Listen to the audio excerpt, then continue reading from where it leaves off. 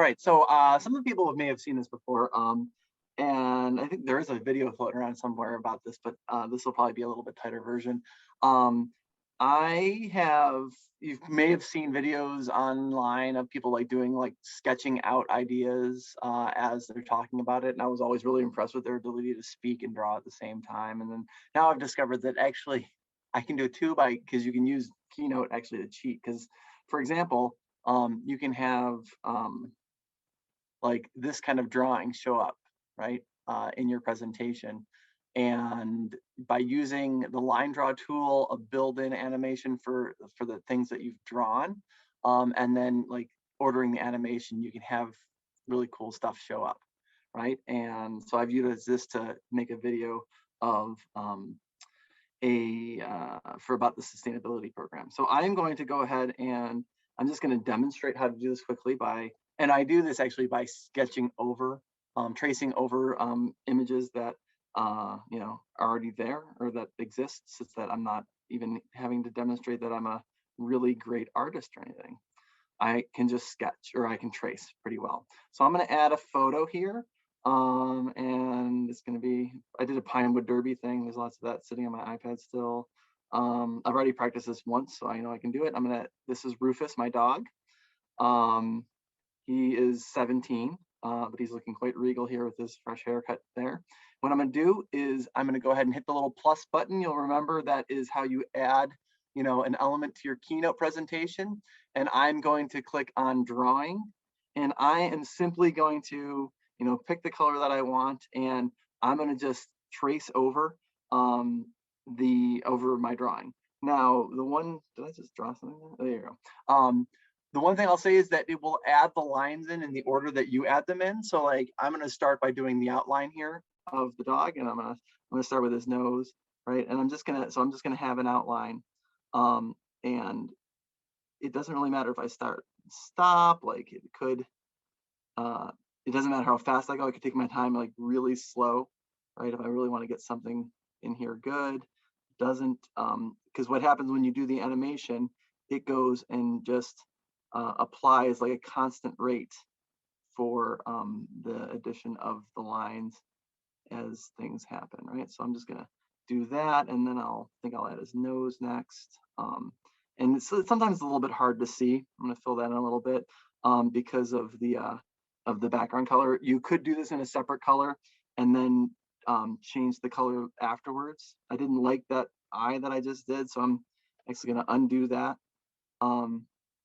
He has like Egyptian eyes, quite honestly, like the little extra eyeliner going on. I'm gonna outline his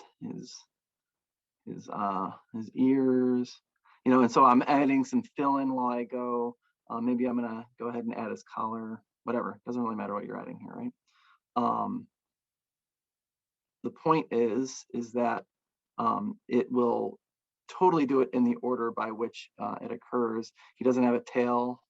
You can see my tail there, but not his. But I'll add that in. That wasn't very good. We can change colors. Basically, like I said, whatever order that you add things in is the order that you're going to get. And so I'll just highlight his coloration, and whatever I'm going to do, this is all going to show up. And then when I get done, I'm simply going to tell it to animate. So I got to make sure that there's enough for us to actually see what's going on here. Oops. We'll do this. No, we'll say that he's got orange. I don't know. Get his facial fur in there. And so here I've got my dog, my drawing. Ignore the things I don't like. And then what I'll do, once I'm done with that, I'm going to go ahead and click off of it. Why is it? Oh, let's go back up here. Sometimes it's hard to get to unclick. And then when I've got this selected, I can click this animate button. You do add build-in, and then line draw is the one that you want to add in. Honestly, I don't know why there's two different line draws. They seem to do the same thing. One may be quicker than the other. I'm not really sure. And I'm going to hit done. And now, of course, I'm just going to go ahead and select the background image that I'm going to delete away. And I'll be able to then have, I can play that slide. When I click on it, it shows off my amazing artistic abilities.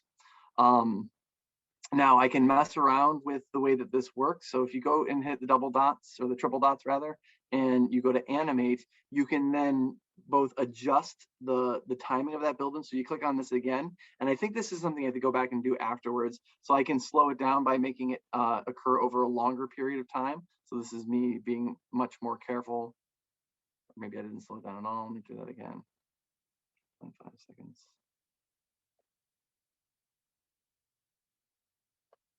Wait, maybe it's not, I gotta maybe apply it first. Done. Now let's see what happens. It seemed like that was still going really quite fast. You can preview your animation. There, yeah, now it's going slower. So you can make it seem like you're, taking your time to do your drawing as you're explaining what's happening here.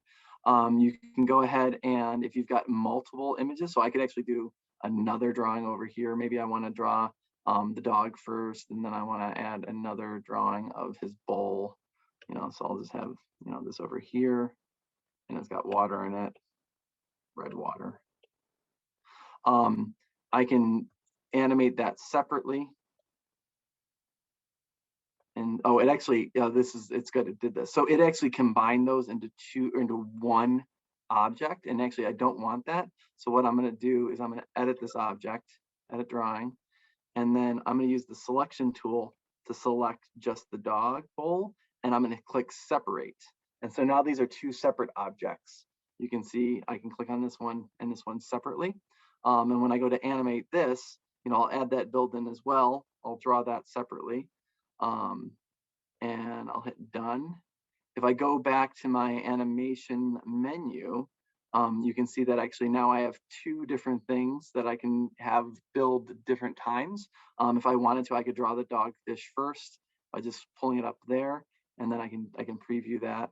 So the dog fish shows up first. I can animate them at different speeds. So like I've noticed, if I'm trying to time something that I'm talking about, because I've actually used this to export videos, it is often that like a really big drawing will I'll want that to go faster. So I'll take and cut down the time that it takes to do, while like maybe this other drawing is important and I want to highlight that information. I'll slow that down. But by having them separately, you can have them go automatically. You can actually have the second drawing start up automatically after the first. So the build is basically, whatever that unit is. So like I could actually have them both draw at the same time. So now I'm ambidextrous. I'm actually drawing with two pencils, it seems.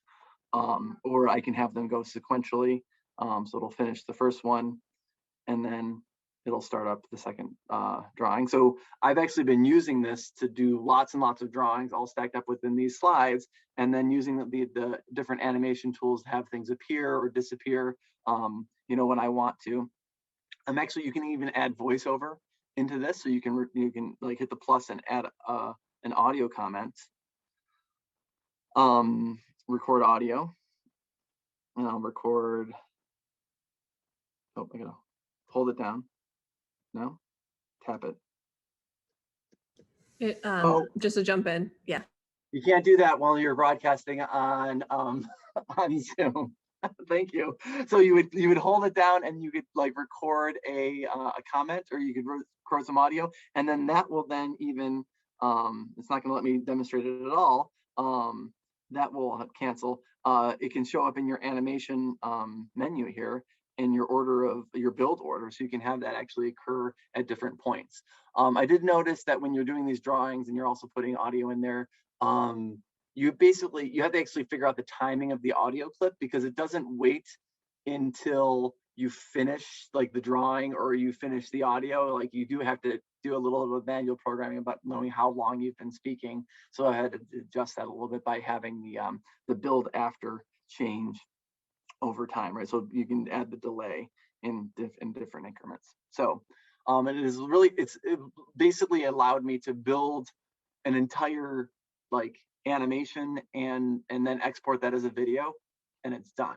So this is in contrast to some of you, we taught you how to do voiceover and things like that in iMovie. What's nice about this is that I can make each of those clips. I can like, I can line them up. I don't have to worry about like trying to like, be nice and fluent over the entire course of an iMovie, like whatever I'm trying to do. I'm able to just kind of just chunk it up. And as long as you're, have a nice quiet background and things like that, it doesn't sound like anything's changed. Actually throw in a little bit of background music, and that covers up a lot of the the starts and stops that you might notice otherwise. So that works very well. Yeah, and I said, so I think I answered the question about changing speed, right? So you click on your whatever build you're working on, you click on that again, and then this duration changes the speed. It actually has an acceleration too. Like, so I think the ease in and out makes it look like you're doing it by hand. If you take out the acceleration, just like starts drawing the line like really quickly, just go and spin it at a constant rate. But it's a lot of fun to spice up your animations or you spice up your keynotes and whatnot.